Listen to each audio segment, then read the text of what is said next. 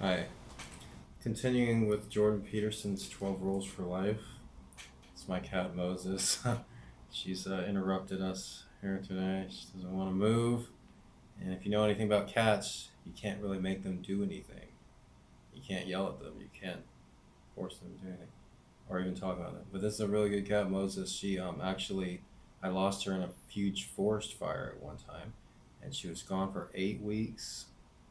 And I went back to the place that she was lost at over and over about a dozen times until I finally found her after 8 weeks, and she was just skin and bone. She's a lot different during those 8 weeks. She was dehydrated and malnourished and stuff. But everybody was telling me, "Oh, you need to give up," because I was living in these woods with these two cats for 3 years, right? And then one day the woods burned down, and I don't know where my cats are. I find one of the cats the next day, but this one right here, Moses, I couldn't find her at all. And I was so worried, and I kept on going back to the park, kept on looking for her with a little cat carrier, and everybody told me, even people at the church I go to, they're like, "Well, you found one cat, maybe she found a new home, or she found, or she survived, or maybe she didn't make it through the fire, But something inside me kept telling me to go back, and the last time I found her, I hadn't been back for a month, but I live all the way on the other side of the island here in Hawaii, so it's like a 2-hour bus ride all the way there. And I hadn't been there in a month, but my other cat was just like asking me to go back, like, "Man, go get Moses." And I was like, "All right, one more time." And I went back and I finally found Moses, and she's really glad that I went back that last time, because if not, she would have definitely perished. It's okay, Moses. Okay, well, continuing with Jordan Peterson's 12 Rules for Life. While we have a minute here, if you haven't already, click the subscribe button, and we'll move on here to rule number 11. I believe we're on rule number 11. Let's see. Or actually, we're still on rule number 10. So let's go ahead and continue with rule number 10.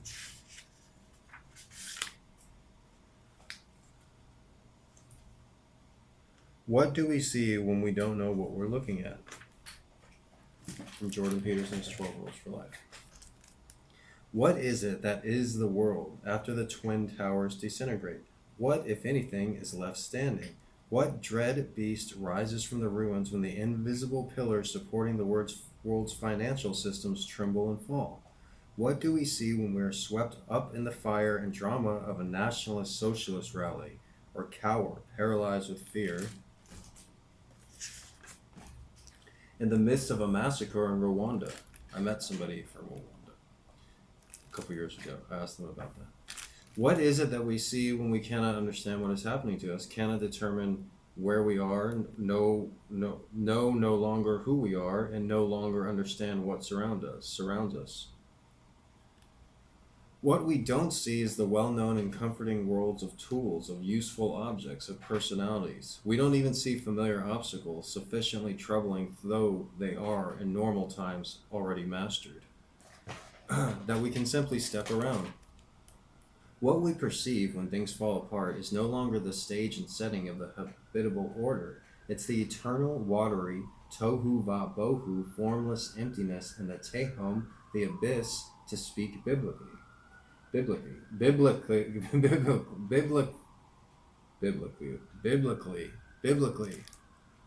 The chaos forever lurking beneath our thin surfaces of security.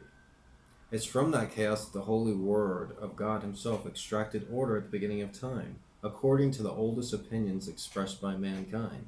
And it is in this image of that same word that we were made, male and female, according to the same opinions.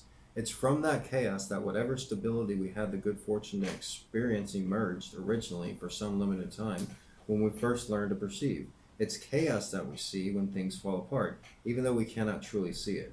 What does all this mean? Okay, I can read this a little bit better. My mind's a little bit distracted here because I've been working on a GoFundMe page, and I really want to continue doing these videos. Like this right here, people watching the 12 Rules for Life seems to be the most popular video.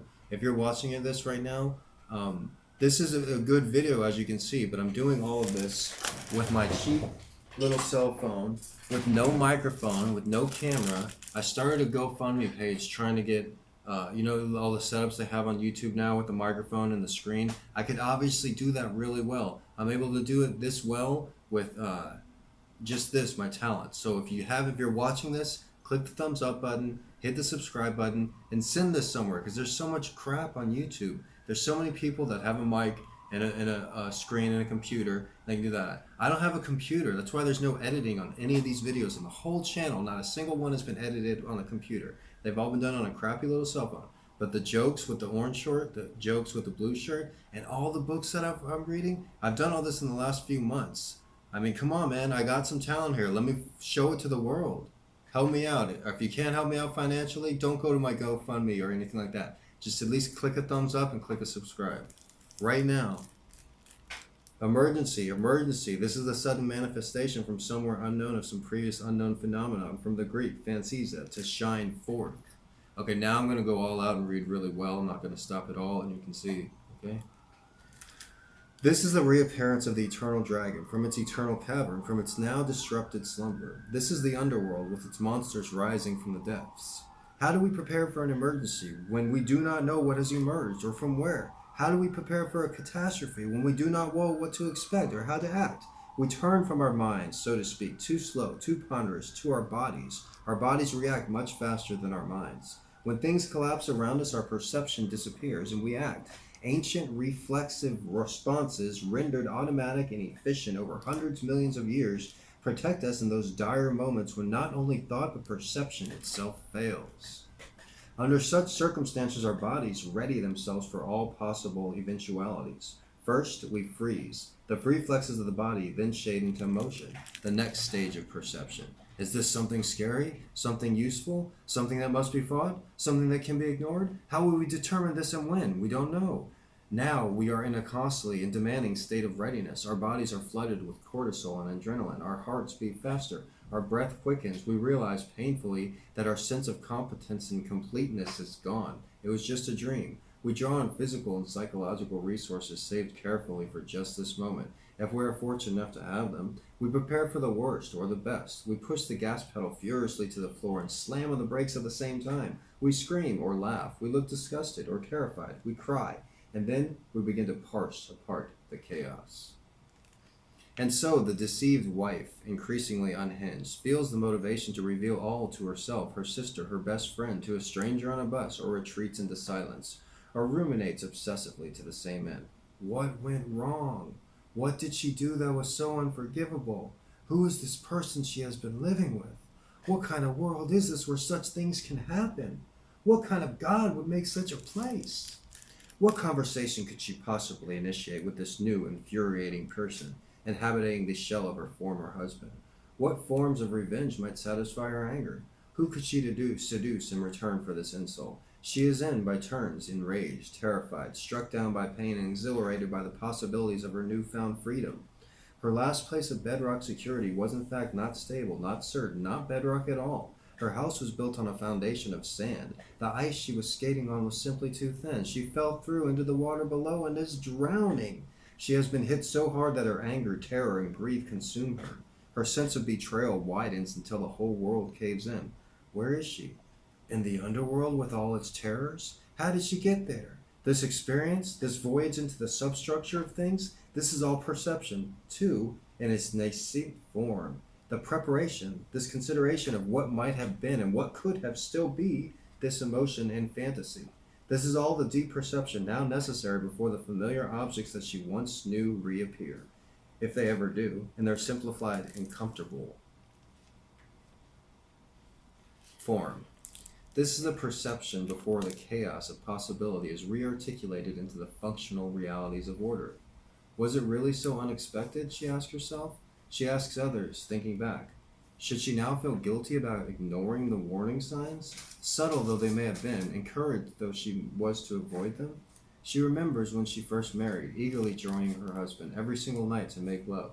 Perhaps that was too much to expect, or even too much to cope with, but once in the last 6 months, once every 2 or 3 months for years before that, would anyone she could truly respect, including herself, put up with such a situation? There's a story for children. There's no such thing as a dragon by Jack Kent. That I really like. It's a very simple tale, at least on the surface. I once read its few pages to a group of retired University of Toronto alumni and explained its symbolic meaning. It's about a small boy, Billy Bixby, who spies a dragon sitting on his bed one morning. It's about the size of a house cat and friendly. He tells his mother about it, but she tells him that there's no such thing as a dragon. So it starts to grow. It eats all of Billy's pancakes. Soon it fills the whole house. Mom tries to vacuum, but she has to go in and out of the house through the windows because of the dragon everywhere. It takes her forever. Then the dragon runs off with the house. Billy's dad comes home and there's just an empty space where he used to live. The mailman tells him where the house went. He chases after it, climbs up the dragon's head and neck, now sprawling into the street, and rejoins his wife and son. Mom still insists that the dragon does not exist, but Billy, who's pretty much had it by now, insists, "There is a dragon, Mom." Instantly, it starts to shrink. Soon, it's cat-sized again. Everyone agrees that dragons are the size. One exists. Dragons of that size, number one, exist, and two are much preferable to their gigantic counterparts. Mom, eyes reluctantly open by this point, asks somewhat plaintively why it had to get so big. Billy quietly suggests, maybe it wanted to be noticed.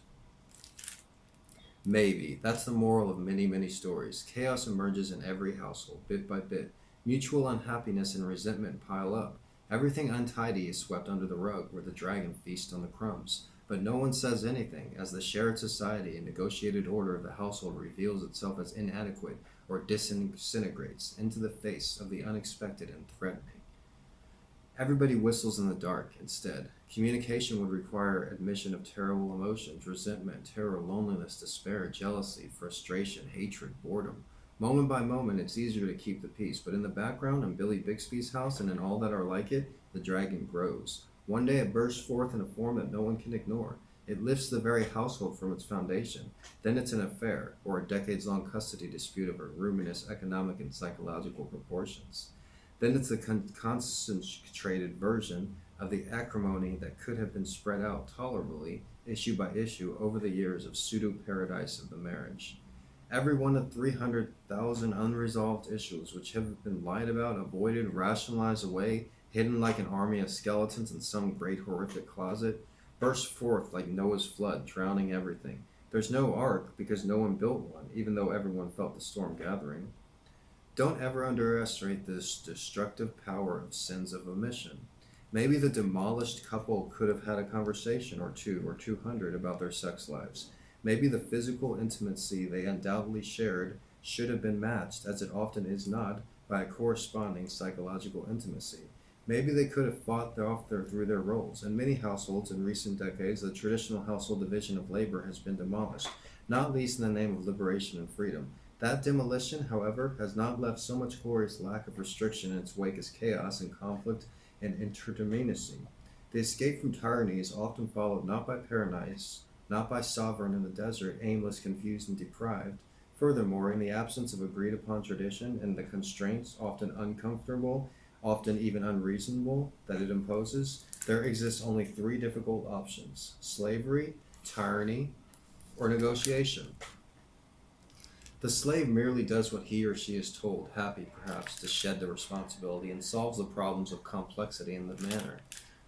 But it's a temporary solution. The spirit of the slave rebels. The tyrant merely tells the slave what to do and solves the problem of complexity in that manner, but it's a temporary solution. The tyrant tires of the slave. There's nothing and no one there except for predictability and sullen obedience. Who can live forever with that? But negotiation, that requires forthright admission on the part of both players that the dragon exists. That's a reality difficult to face, even when it's still too small to simply devour the knight who dares confront it. Maybe the demolished couple could have been more precisely specified their desired manner of being. Maybe in that manner they could have jointly prevented the waters of chaos from springing uncontrollably forth and drowning them.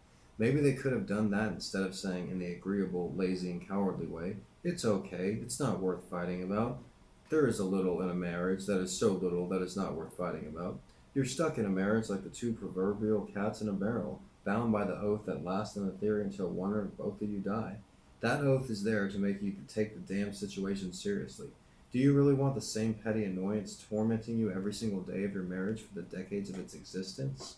Oh, I can put up with it, you think, and maybe you should. You're no paragon of genuine tolerance. And maybe if you brought up how your partner's giddy laugh is beginning to sound like nails on a blackboard, he or she would tell you quite properly to go to hell.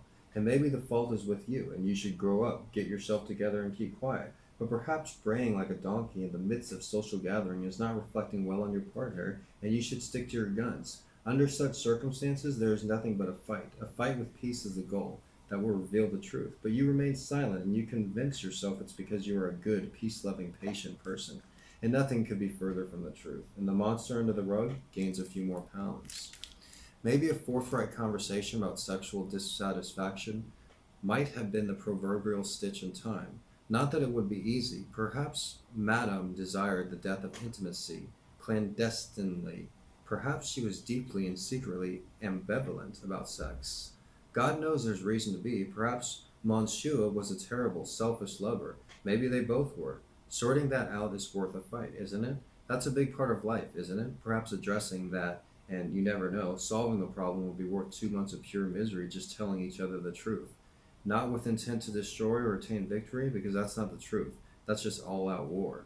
Maybe it wasn't sex. Maybe even every conversation between husband and wife had deteriorated into boring routine, as no shared adventure animated the couple.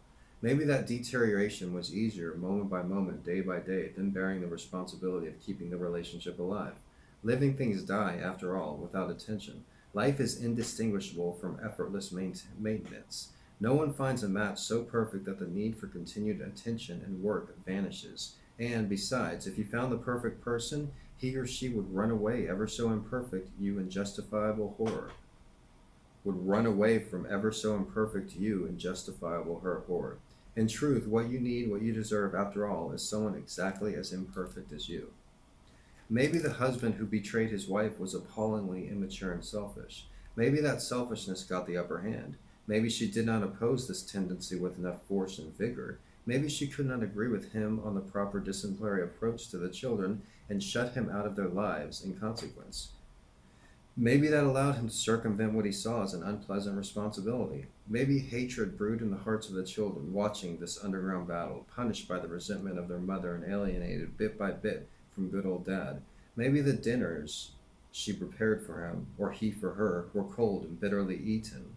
Maybe all that unaddressed conflict left both resentful in a manner unspoken but effectively enacted. Maybe all that unspoken trouble started to undermine the invisible networks that supported the marriage. Maybe respect slowly turned into contempt, and no one designed to notice. Maybe love slowly turned into hate without mention. Everything clarified and articulated becomes visible. Maybe neither wife nor husband wished to see or understand. Maybe they left things purposely in the fog. Maybe they generated the fog to hide what they did not want to see. What did Mrs. gain? What did Mrs. gain when she turned from mistress to maid or mother? Was it a relief when her sex life disappeared? Could she complain more profitably to the neighbors and her mother than her husband turned away? Maybe that was more gratifying secretly than anything good that could be derived from any marriage, no matter how perfect. What can possibly compare to the pleasures of sophisticated and well-practiced martyrdom? She, such a saint, and married such a terrible man. She deserved much better. That's a gratifying myth to live by, even if unconsciously chosen. The truth of the situation be damned. Maybe she never really liked her husband. Maybe she never really liked men and still doesn't. Maybe that was her mother's fault, or her grandmother's. Maybe she mimicked their behavior, acting out their trouble transmitted unconsciously, implicitly, down the generations. Maybe she was taking revenge on her father, or her brother, or society. What did her husband gain for this part when his sex life at home died? Did he willingly play along as martyr and complain bitterly to his friends? Did he use it as the excuse he wanted anyway to search for a new lover? Did he use it to justify the resentment he still felt towards women in general for the rejections he had faced so continuously before falling into his marriage? Did he seize the opportunity to get effortlessly fat and lazy because he wasn't desired in any case? Maybe both wife and husband alike used the opportunity to mess up their marriage to take revenge upon God, perhaps the one being who could have sorted through the mess. Here's the terrible truth about such matters. Every single voluntarily unprocessed and uncomprehended and ignored reason for marital failure will compound and conspire and will then plague that betrayed and self-betrayed woman for the rest of her life. The same goes for her husband. All she, he, they, or we must do to ensure such an outcome is nothing Don't notice, don't react, don't attend, don't discuss, don't consider, don't work for peace, don't take responsibility, don't comfort the chaos and turn it into order. Just wait, anything but naive and innocent, for the chaos to rise up and engulf you instead. Why avoid when avoidance necessarily and inevitably poisons the future? Because the possibility of a monster lurks underneath all disagreements and errors. Maybe the fight you are having or not having with your wife or your husband signifies the beginning of the end of your relationship. Maybe your relationship is ending because you are a bad person. It's likely, at least in part, isn't it? Having the argument necessary to solve a real problem therefore necessitates willingness to confront two forms of miserable and dangerous potential simultaneously. Chaos, the potential fragility of the relationship, of all relationships, of life itself, and hell, the fact that you and your partner could each be the person bad enough to ruin everything with your laziness and spite. There's every motivation to avoid, but it doesn't help. Why remain vague when it renders life stagnant and murky? Well, if you don't know who you are, you can hide in doubt. Maybe you're not a bad, careless, worthless person. Who knows? Not you, particularly if you refuse to think about it, and you have every reason not to. But not thinking about something you don't want to know about doesn't make it go away. You are merely trading specific, particular, pointed knowledge of the likely finite list of your real faults and flaws for a much longer list of undefined potential inadequacies and insufficiencies. Why refuse to investigate when knowledge of reality enables mastery of reality? And if not mastery, at least the stature of an honest amateur. Well, what if there is truly something rotten in the state of Denmark? Then what? Isn't it better under such conditions to live in willful blindness and enjoy the bliss of ignorance? Well, not if the monster is real.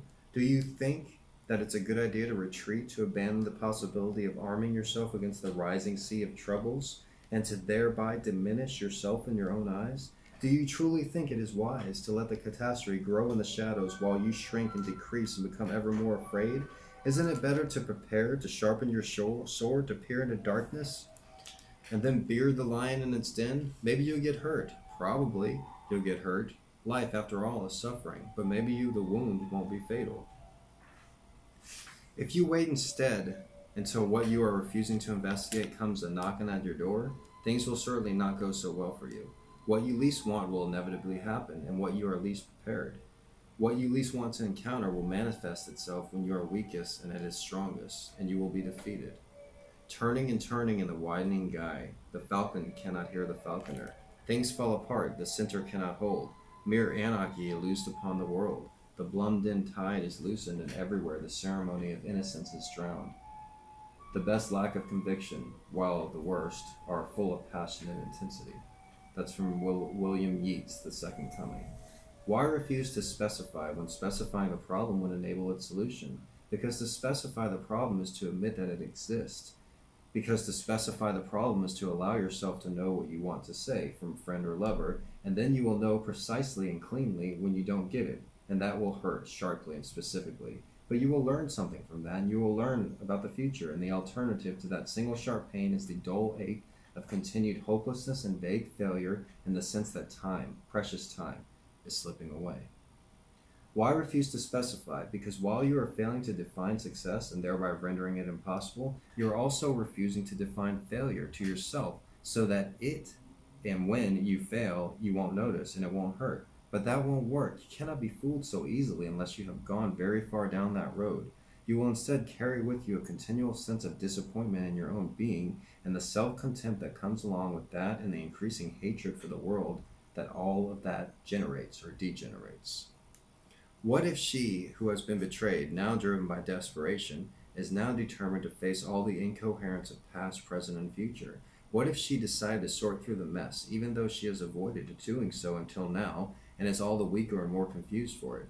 Perhaps the effort will nearly kill her, but she is now on a path worse than death in any case. To re-emerge, to escape, to reborn, she must thoughtfully articulate the reality she comfortably but dangerously left hidden behind a veil of ignorance and the pretense of peace. She must separate the particular details of her specific catastrophe from the intolerable general conditions of being in a world where everything has fallen apart. Everything, that's far too much. It was specific things that fell apart, not everything. Identifiable beliefs failed. Particular actions were false and inauthentic. What were they? How can they be fixed now? How can she be better in the future? She will never return to dry land if she refuses or is unable to figure it all out. She can put the world back together by some precision of thought, some precision of speech, some reliance of her words, some reliance of the word, but perhaps it's better to leave things in the fog. Perhaps by now there's just enough left of her, perhaps too much of her has been left unrevealed, undeveloped. Maybe she simply no longer has the energy. Some earlier care and courage and honesty and expression might have saved her from all this trouble. What if she had communicated her unhappiness with the decline of her romantic life, right when it started to decline, precisely, exactly, when that decline first bothered her? Or, if it didn't bother her, what if she had instead communicated the fact it didn't bother her as much as it perhaps should have? What if she had clearly and carefully confronted the fact of her husband's contempt for her household efforts? Would she have discovered her resentment of her father and society itself and the consequent contamination of her relationships? What if she had fixed all that? How much stronger would she then have become? How much less likely to avoid facing up to difficulties in consequence?